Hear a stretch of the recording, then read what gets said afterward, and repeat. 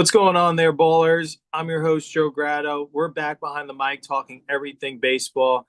We appreciate each and every one of you kicking off your week with us here at Bases, Barrels, and Ball Players. Today is Tuesday, September 2nd. Happy Labor Day to all who celebrated yesterday. We had a slight adjustment of our plans, so we had to record and release today. But nevertheless, we are here to cover an abundance of baseball's most pressing topics. On today's show, we're going to recap Kyle Schwarber's 4-home run game over the weekend against the Atlanta Braves on August 29th. So we'll be sure to give a little credence and a little tip of the cap to Kyle Schwarber and what it means in terms of the history of the game. We'll also talk about the high-profile series going on in the National League as the Philadelphia Phillies have traveled to Milwaukee to take on the NL's and ML's best Milwaukee Brewers in a 3-game set. We'll recap what went down in yesterday's Labor Day thriller and then what to expect and where you can watch it over the final 2 games of that series. You won't want to miss that. And then we will cover briefly, we'll do a brief analysis of the New York Yankees. They're coming off a stretch where they have won 6 of their last 7 games and are only 2.5 games back of Toronto for first place in the AL East. But we will discuss, are they contenders to make a deep postseason run or pretenders? Also, the Mariners have called up top prospect catcher, one of their top prospects, catcher Harry Ford. He is set to make his debut shortly. We'll see what his role is and get to know Ford a little bit more. And then we will update you on when we will be back in terms of programming. We are going to be taking a brief pause in action, and we'll explain why, all for positive reasons. And we'll be back in time for the final stretch run in terms of postseason forecasting. And then before we get on out of here, once we conclude today's show, we'll leave you the sounds of our interviews that we were able to complete thanks to our credentialing via the A's communications department. We were able to have audio interviews with A's outfielder Carlos Cortez, along with Jake Berger and Kyle Higashioka of the Texas Rangers. So you'll want to be sure to stick with us through the end of today's show and where you can check out all of our exciting content. So without further ado, after the opening music, we're going to get right to talking all about baseball. Let's get to it. All right, ballers, thank you once again for tuning in to our Tuesday edition of our show. We are thankful that you continuously tune in to listen to our thoughts about the occurrences of what's going on around baseball. So without further ado, we'll get to our first topic of discussion. And actually, before we do, we'll give you a little reminder of where you can find us outside of our podcast episodes. You can listen to the audio version of these shows on your favorite podcast platforms, such as Apple Podcasts, Amazon Music, Spotify, iHeartRadio, Podbean, and so many more. You'll be able to find us, Bases, Barrels, and Ball Players. But also want to remind you that we also post content on our social media platforms, on Instagram at Bases Barrels Ball Players, on X, formerly known as Twitter, at Bases Barrels 25. And be sure to follow along for our video content, including video editions of episodes just like this. If you are watching now, continue to watch and subscribe to our YouTube channel at Bases Barrels Ball Players. You'll see the yellow logo just like you see behind my shoulder if you are watching right now. And to become an official subscriber of Bases Barrels and Ball Players, be sure to check us out on our Patreon site, patreon.com/Bases Barrels Ball Players. For just $2 a month, you'll be entered to win Bases Barrels and Ball Players t-shirt giveaways, future MLB games, as well as MLB autograph memorabilia raffles, and so much more as we continue to grow this platform and the game to new heights. All right, now we will get to our first topic of discussion. Kyle Schwarber, he had a 4-home run game back on August 29th. Schwarber, he homered 4 times against the Braves. It's the second time a Brave pitcher has actually done that this year. We'll get to that a little bit later. It's the 21st occurrence in MLB in the 3rd of the 25 season, joining Nick Kurtz, who did it against the Houston Astros back on July 25th in Houston, and Eugenio Suarez did it while in Arizona with the Diamondbacks. He also completed that against the Atlanta Braves. So a couple Atlanta Braves pitching, tough days for them indeed. That is something that has happened so infrequently throughout the game's history, and twice out of the 3 occurrences in one season, it happens against the same team. In fact, these 3 4 home run games that have been accomplished this year. It's the most amount of single performances that has happened in any season in MLB history. So 2025 is certainly a season of historical notes. In fact, Schwarber actually could have added a little more history here and intensified the 4 home run game by completing the home run cycle. He fell one base runner short of completing the feat as he hit a solo home run in the first, a 2 run home run in the fourth, and then followed that up with 2 3 run home runs, one in the fifth and one in the seventh. At this juncture, he set a new personal single season career high of 49 and is the NL leader in home runs and sits only one behind Cal Raleigh for the MLB lead. Cal Raleigh has 50 home runs respectively. Schwarber became the 4th player in Phillies history to accomplish the feat, and the first time since third baseman Mike Schmidt did it back all the way in 1976 against the Chicago Cubs. Schwarber is currently on pace to finish the year with 59 home runs, which would set the franchise single season record, which was previously set by Ryan Howard, who has the record of 58. In this game, Schwarber, he went 4 for 6 with 4 home runs and 9 RBIs in the 19-4 victory against Atlanta. History, indeed, we'll see if we get another one before season's end. And it's something in this game. Schwarber had the opportunity to do something that no other player has ever done in the game's history, which was complete a 5 home run game. He had a fifth at bat or another at bat against a position player, and it was a 57-mile-an-hour fastball meatball right down the middle, and Schwarber popped it up. I think his eyes certainly got too big for his britches. But I do know, I've heard that players certainly struggle against changing up their timing because they're so dialed into 95 plus that facing that, it throws it off and it kind of gets them out of their mechanics. And you certainly see a lot more weaker contact than you would think. Like you would think they would be able to just sit back and rip a BP fastball, but it's even slower than BP from that distance. But nevertheless, history was already made this year. That is the 3rd 4 home run performance this year. Let's see if someone could do it a 4th time during the month of September. That certainly would be an impressive feat in itself. All right. Our next topic of discussion, we are going to be talking about the key marquee series to kick off the week, which started yesterday on Labor Day. Phillies are up in Milwaukee to take on the Brewers for a 3-game set. This is certainly a big series to have a potential postseason preview. It could certainly factor into some postseason seeding to see who would have postseason advantage throughout on the NL side. It's a race for the number 1 seed.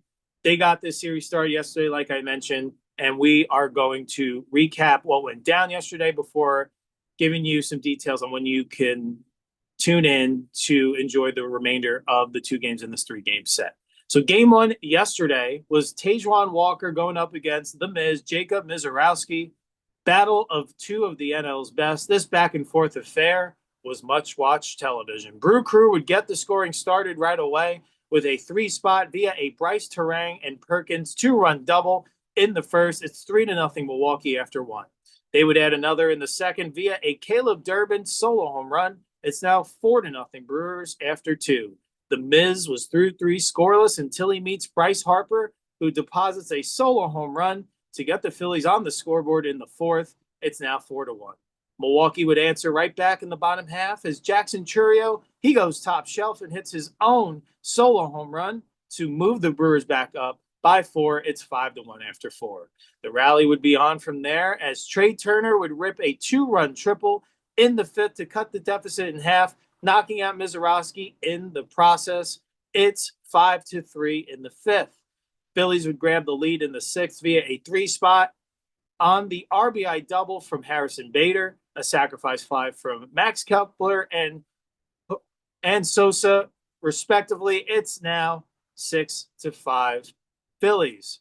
In the bottom half, Brewers would tie the game at 6 with Caleb Durbin coming home to score following a Bryson Stott error. Game would remain tied at 6 until the 8th. Bader would drive in another RBI double to give the Phillies the lead once again, and they would increase it to 8-6 via an immediate redemption RBI double from Bryson Stott. Back and forth we go in this seesaw affair. Isaac Collins would pinch hit in the 8th and would make the move by manager Pat Murphy pay off as he would deliver a 2-run single. We are tied up again. It's 8-8. Talk about a thriller. Game tied 8-8 in the ninth. A big no swing called on JT Realmuto on a 3-2 count with one out. It appeared that he did break the plate of the plate on the check swing, but first base umpire Jim Wolf had other ideas, saying he held up. Pat Murphy had enough, voiced his displeasure about multiple missed calls, and was ejected. He got his money's worth, and rightfully so. That should have been strike three in the game's crucial spot. Nevertheless, it's now 2 on and 1 out. Brandon Marsh would deliver shortly after an RBI single, and Bader would follow up with an RBI single of his own. As well, it's now 10-8 Phillies. Johan Duran locks it down for his 25th save in the bottom half. Phillies win this one, ball game over, 10-8. So this had all the makings of two teams that I think if they match up in the postseason would be much watched TV. These two teams are so deep with talented depth, and they play the game the right way. And I do think Milwaukee has multiple ways to defeat you in an extended postseason run, but the Phillies still have that potent lineup, and even with the loss of Zach Wheeler, have enough starting pitching to match up with anyone on the National League. So I do think if these two teams collide in the postseason, whether it's the division series or the championship series, that certainly would. I wouldn't know which way to go. You would want to lean on the Philly side potentially with more postseason experience with this group, but the brand of baseball that Milwaukee plays, they just keep clawing back. They keep fighting. They're very athletic. They're very good base running. I think they have the second most stolen bases in the league, but the way they run first to third, they can take multiple bases. They play pretty good defense, although defense did let them down a little bit in this one. Um, Nevertheless, that would be a very exciting series. It would really have to do a deep dive to have a pretty clear opinion of one way or the other. I do think if it was a 7-game series, I believe it would go 7. If it was a 5-gamer, it would go 5. But very, very intense baseball. You could see both teams can see there's a lot at stake as the calendar flips to September, and both want to show that if it does get down to these two teams in the postseason, that one is going to hold an advantage over the other. So in this one, Harrison Bader has a huge game. He had 3 run-scoring hits, tied it up, gave the team the lead. Coming through in the clutch, he's been a very nice acquisition from his time with the Twins and has fit in perfectly with this Phillies team. I do think in this lineup, it feels like he's been the missing piece defensively and offensively. And this team has been playing a better brand of baseball more consistently in this second half, I believe. So very big game, the Bader game for sure. They win 10-8. This game did have that controversial call in the ninth, and it was pretty clear, I thought, that he broke the plane, but I can understand where it could be. That one could go either way because it wasn't necessarily absolute egregious, like it was like a 3/4 swing. It was like right ahead of the front part of the plate, and obviously it ended up burning the Brewers after that. And I think the frustration boiled up from previously missed calls in this game, but also the stretch that the Milwaukee Brewers have been in terms of scheduling, including that 5-game stretch earlier in August against the Cubs. They've played 19. They're scheduled to play 19 games in 18 days. So I do think there's a lot of frustration there. I do think there may be some fatigue settling in because the Brewers were on a run where it seemed like they couldn't lose, and now they've been struggling a little bit, but definitely of the minor value here in this situation. But nevertheless, I'm sure it's beat up this team, and you just hope that it doesn't affect them as they flip the calendar to October because they're well on their way, and this team has an opportunity to make noise. So I do think it's important for the Brewers to get that 1 seed because this stretch of games in terms of schedule, 19 games in 18 days can be grueling on any team. So you wonder how they'll recover. You wonder how they'll finish in September. But I do think it's important for them to get as much rest as they can as they set up for their postseason run.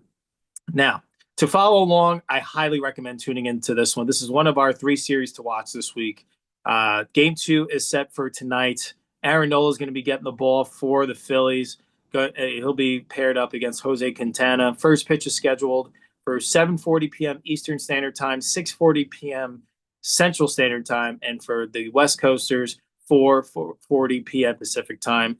And then Game 3, the rubber match, will be a day game, mid-afternoon game Ranger Suarez will be getting the ball for the Phillies going up against Freddie Peralta. 3:10 or 4:10 p.m. Eastern Standard Time, 3:10 p.m. Central, and 1:10 p.m. Pacific. So I highly recommend. You won't want to miss this. I feel like every game is going to be highly competitive, talent on both sides, and a potential postseason preview. Enjoy this series.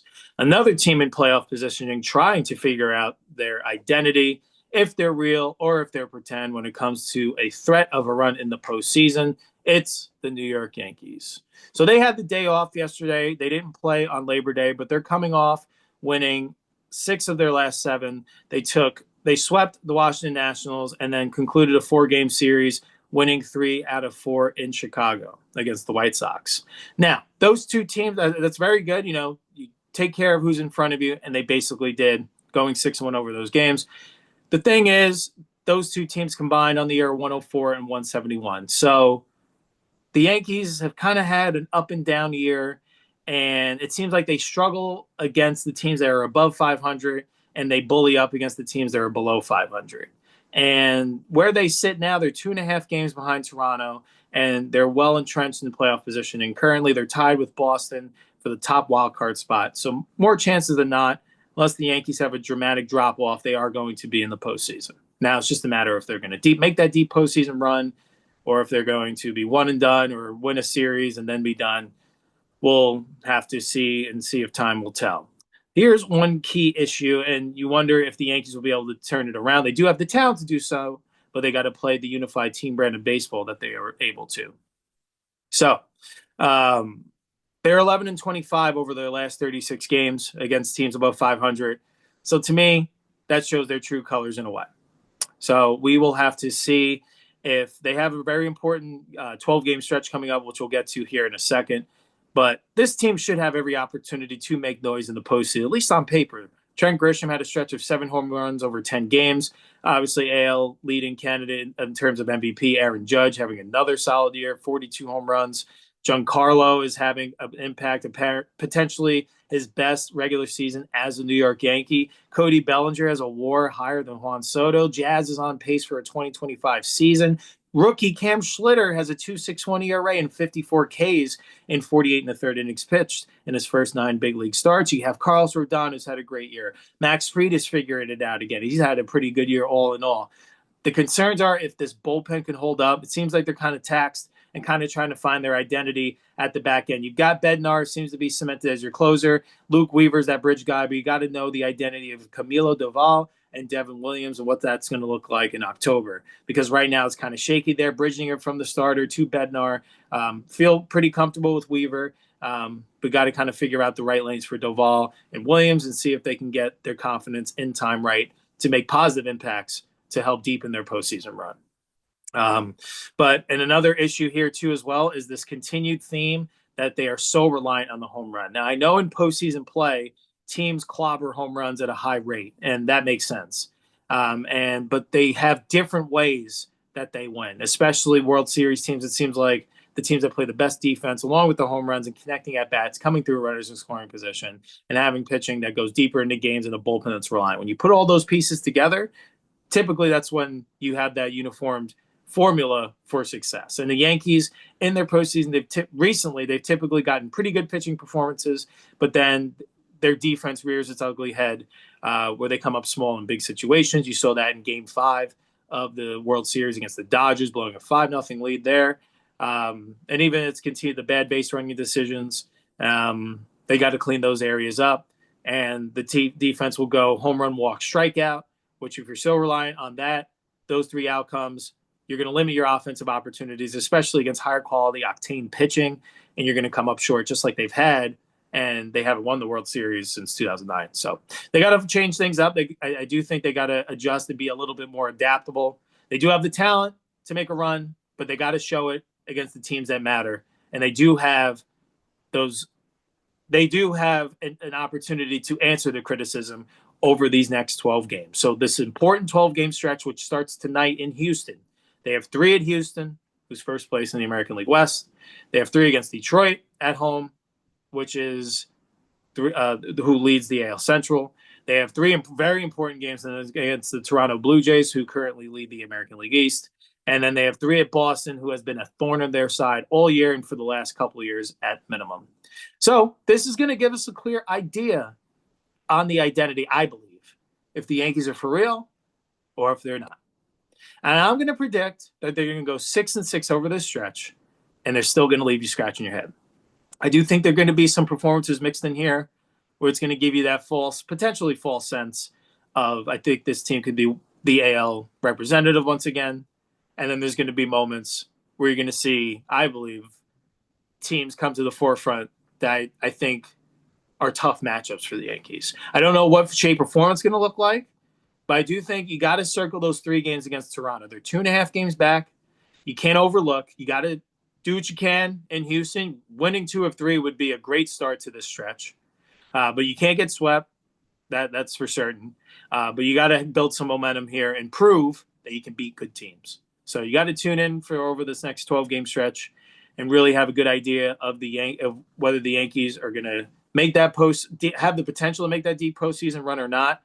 At the time of recording, I'm going to say they are pretenders in the sense of making that deep postseason run. At the most, I see them, if they end up getting in that wild card spot, I see them winning a round and then being bounced in the divisional round. But even then, that might be Yankees, Red Sox. And if the trend continues and Boston continues to flex its muscle against them, I don't know if they'll even win a round. So I do think matchups matter in this situation. And I would honestly prefer them to play Detroit, even though that's another tall task in itself. But I just believe in how the Red Sox have handled the Yankees pretty consistently for quite some time now. I'd rather the Yankees not see them at all in the postseason, or at least later in the postseason play, when they maybe get some momentum from winning a round or 2. But I'm going to say that they are currently not, I don't think, a threat to represent the American League in the World Series. But let's see. Time will tell. And maybe my thoughts change if they go 8-4, 9-3 over this stretch, 7-5 even, if they look solid. Let's see if they prove me wrong. All right. Let's transition to an exciting time in baseball as we continue to see young stars get the call to the MLB and make their debut at the top level and in abundance. We've got one up in Seattle in the Pacific Northwest, as Seattle has called up catcher Harry Ford to the big league club. He is part of the September 1st call-ups when the rosters expand, where they can have 28 players on the roster. Harry Ford is the team's number 4 prospect and is number 40 overall on the MLB.com's top 100 prospects list. He was the Mariners' first-round pick back in 2021. He was selected number 12 overall. He's always had a pretty high grade and high, lofty expectations. He was originally going to receive the call-up on June 27th to replace Mitch Garver, who they thought would actually miss some time due to an injury, but he cleared protocol the following day. And the funny thing is, Harry Ford was actually in Arlington, but never actually got to suit up. He was sent right back to AAA Tacoma that next day to resume play in the minor leagues. So that must have been unfortunate. He had a taste of the big leagues and didn't even get an opportunity to embrace it at all. But nevertheless, it was destined to come at some point this year, and today, or now, is that time. In 97 games this season, Ford had 16 home runs, 18 doubles, 74 runs batted in, 68 runs scored, and he accumulated a slash line of 283 batting average, a 408 on base, and a 460 slugging percentage. He has displayed a good balance of a strikeout rate of only 19.2% and a walk rate of 16.2. So he certainly works his way on base and puts the ball in play more times than not. This will be a great experience to give aid to Kyle Raleigh and Mitch Garver, who have been grinding behind the dish all season, and an opportunity to be immersed in the midst of a postseason race and a division race as well. So very exciting there. So good luck to Harry Ford. Just wanted to make mention of this since it is quite a high-profile prospect. Looking forward to seeing another young prospect flourish at the MLB level. Some series to watch this week, like I mentioned, the Brewers and Phillies. They've got 2 more scheduled for tonight and tomorrow. Yankees-Astros 3-game set in Houston, set to kick off tonight in Houston, and then another Red Sox Guardians. Red Sox looking to maintain their position in the wild card race, and the Guardians are trying to stay afloat. All right, before we get on out of here and play out those interviews that we were able to complete at Sutter Health Park, we just want to give you an update that our programming will actually be paused until Monday, September 22nd for good reason. Your host, Joe Grado, is getting married, getting hitched this Friday. So we will be focusing our attention there, obviously, in this most important chapter in our lives. And shortly after next week, we'll be kicking off our honeymoon. So we are going to be in Paris and Santorini for the duration of the next couple of weeks or so. So we want to focus our attention there and enjoy every moment that comes along with that. We will miss you, ballers, and talking about our great game. But we'll be back on Monday, September 22nd, to get us all caught up to speed, what the postseason picture looks like, and any postseason aspirations that could be on the line over the final week of the season. So we'll be back in time for that for sure. So just wanted to make you aware, if you don't hear from us for a while, that is why. So with that concludes another edition, and our last edition for a little bit until later this month. We'll be excited to be back. We'll be rejuvenated and relaxed for sure. On today's show, we discussed the 4-home run game, the historic performance of Kyle Schwarber. We also went ahead and discussed what went down in Game 1 of the Phillies Brewers series, the battle of two of NL's top teams, as well as when you can expect and experience that seesaw series, and potential postseason preview for the remainder of this week. And then we also had a discussion on whether the Yankees are contenders or pretenders. This 12-game stretch that they have coming up will determine a lot, in my opinion. Also, the Mariners called up one of their top prospects, catcher Harry Ford. We introduced you, the ballers, to learn a little bit more about Ford as another young star who is making his debut at the MLB level. And from there, we gave you an update of when you could expect to hear us again, which will be Monday, September 22nd. So with that, we are going to conclude today's episode, so be sure to stay on with us here to the sounds of our interviews with Carlos Cortez of the Athletics, Jake Berger, and Kyle Higashioka of the Rangers. We will also make each of these clips available separately on our YouTube channel, since it'll be tough to clip those to the YouTube video edition of this. So stay patient with us. You'll be able to experience that on the podcast audio platform, but also YouTube audio too as well. So enjoy the baseball and the thrill of the chase of the postseason via September baseball. We'll be back in time for the final stretch week to see what the postseason picture looks like. Once again, I'm your host, Joe Grado. Thank you. Thank you for kicking off your week and being loyal followers of Bases, Barrels, and Ball Players. We'll be back before you know it. Play ball.